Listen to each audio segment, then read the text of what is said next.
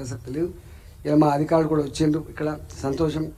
నేను ఒకటే మీకు విజ్ఞప్తి చేస్తున్నా, మా ఫోన్లు ఎక్కువ తక్కువ రావద్దని కోరుకోవాలి. మీరు మా ఫోన్లు ఎక్కువ తక్కువ రావద్దని కోరుకోవాలి. ఎందుకంటే మీకు అన్ని గ్రౌండ్లో నుంచి రిపోర్ట్స్ వస్తాయి కాబట్టి ఎప్పటికప్పుడు మీరు పరిష్కరించే ప్రయత్నం చేయాలి. మీకు ఏదైతే ఎకనామికల్ అంటే ఆర్థికపరమైనటువంటి అవరోధాలు ఉంటాయో, ఇతరత్ర అవరోధాలు ఉంటాయో అవన్నీ చేసి పెట్టే బాధ్యత మాదే కాబట్టి దయచేసి మీరు 2 విషయాలు కాడ, ఒకటి డ్రింకింగ్ వాటర్ సమస్య, అది పెద్ద మీ దగ్గర ఉండకపోవచ్చు నాకు తెలిసి. రెండవది ఈ చెరువు సమస్య.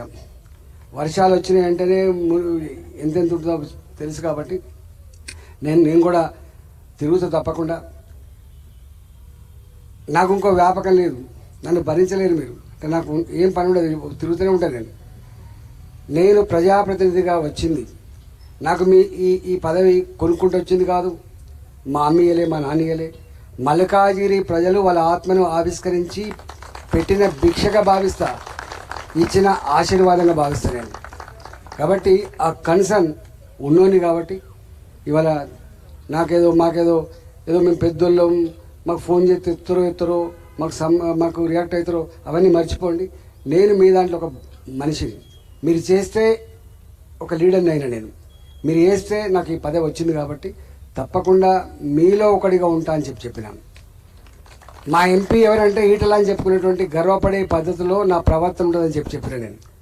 గట్టే రాబోయే కాలంలో ఉంటా కాబట్టి నాకు ఎవరిని తిట్టే ఆఖరి కానీ కోపం చేసే ఆఖరి కూడా లేదు. ఆ సోయితో ఆ సెన్స్తో పనిచేయాలని మాత్రమే నేను కోరుకుంటా. కాబట్టి దయచేసి నేను లేట్ అయింది, నాకు 7 o'clock రావాలని నేను టైం ఇచ్చింది, 1 hour లేట్ అయింది. మళ్ళీ వస్తా. నేను ఈ మధ్యనే అనుకుంటున్నాం, ప్రతి విషయంలో మీరు ఏది ఫీల్ అవుతుండ్రో, మీరు ఇది మంచిగా లేదని చెప్పి ఏదంటారో నాకు కూడా అది మంచిగానే ఉండదు. నీకు మంచిగా లేక నాకు మంచిగా ఉండే ప్రసక్తి లేదు. కాబట్టి డెఫినెట్గా ప్రజలకు సంబంధించిన చిన్న సమస్యలు వాళ్ళు ఇది గిద్ద చిన్న సమస్యలు అంటారు, కానీ ఆయనకు అదే పెద్ద సమస్య, వాళ్ళకి అదే పెద్ద సమస్య. కాబట్టి ఏ చిన్న సమస్య ఉన్నా, ఏ పెద్ద సమస్య ఉన్నా కూడా తప్పకుండా మీరు నా నోటీస్ తీసుకురండి. మా వాళ్ళు స్థానికంగా ఉంటారు, రోజు తీసుకురండి, తప్పకుండా చేసి పెట్టే ప్రయత్నం చేస్తాను. మీరు ఇంకొక మాట కూడా చెప్తున్నా, ఎందుకంటే నేను హుజరాబాద్లో 20 ఏళ్ళు ఉన్నా. వీళ్ళందరూ వచ్చిండ్రు మా యారికి వచ్చిండ్రు. మల్కాజిగిరిలో ఇవాళ మీరు గతంలో ఏ బాధలైతే పడరో ఆ బాధ లేకుండా ఉండే పద్ధతికి ఉన్నంతలో సాధ్యమైనంత మేరకు నేను పరిష్కరించే ప్రయత్నం చేస్తాను. అవి కంటోన్మెంట్ రోడ్ల సమస్య కావచ్చు, ఇవాళ చెరువుల ఆక్రమణ సమస్య కావచ్చు, ఈ రైల్వే గేట్ల సమస్య కావచ్చు, ఇంకా ఫ్లైఓవర్ల సమస్య కావచ్చు, ఏవైనా కూడా ఆల్రెడీ ఇప్పటికే మనం మోడీ గారితో ఫస్ట్ మాట్లాడినాం. మనం గెలిచిన తర్వాత పార్లమెంట్ పోయి కలిస్తే క్యారే ఇటలా అన్నాడు.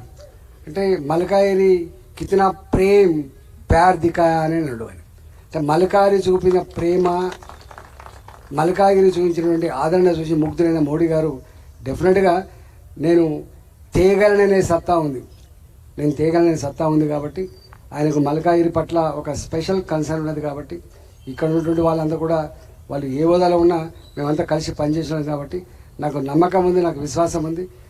తప్పకుండా త్వరలోనే కొన్ని సమస్యలు ఇమీడియట్గా పరిష్కరించే ప్రయత్నం చేస్తా అని మీతో ఎప్పటికప్పుడు రియాక్ట్ అవుతా అని చెప్పి మనవి చేస్తూ మీ అందరిని నమస్కరిస్తూ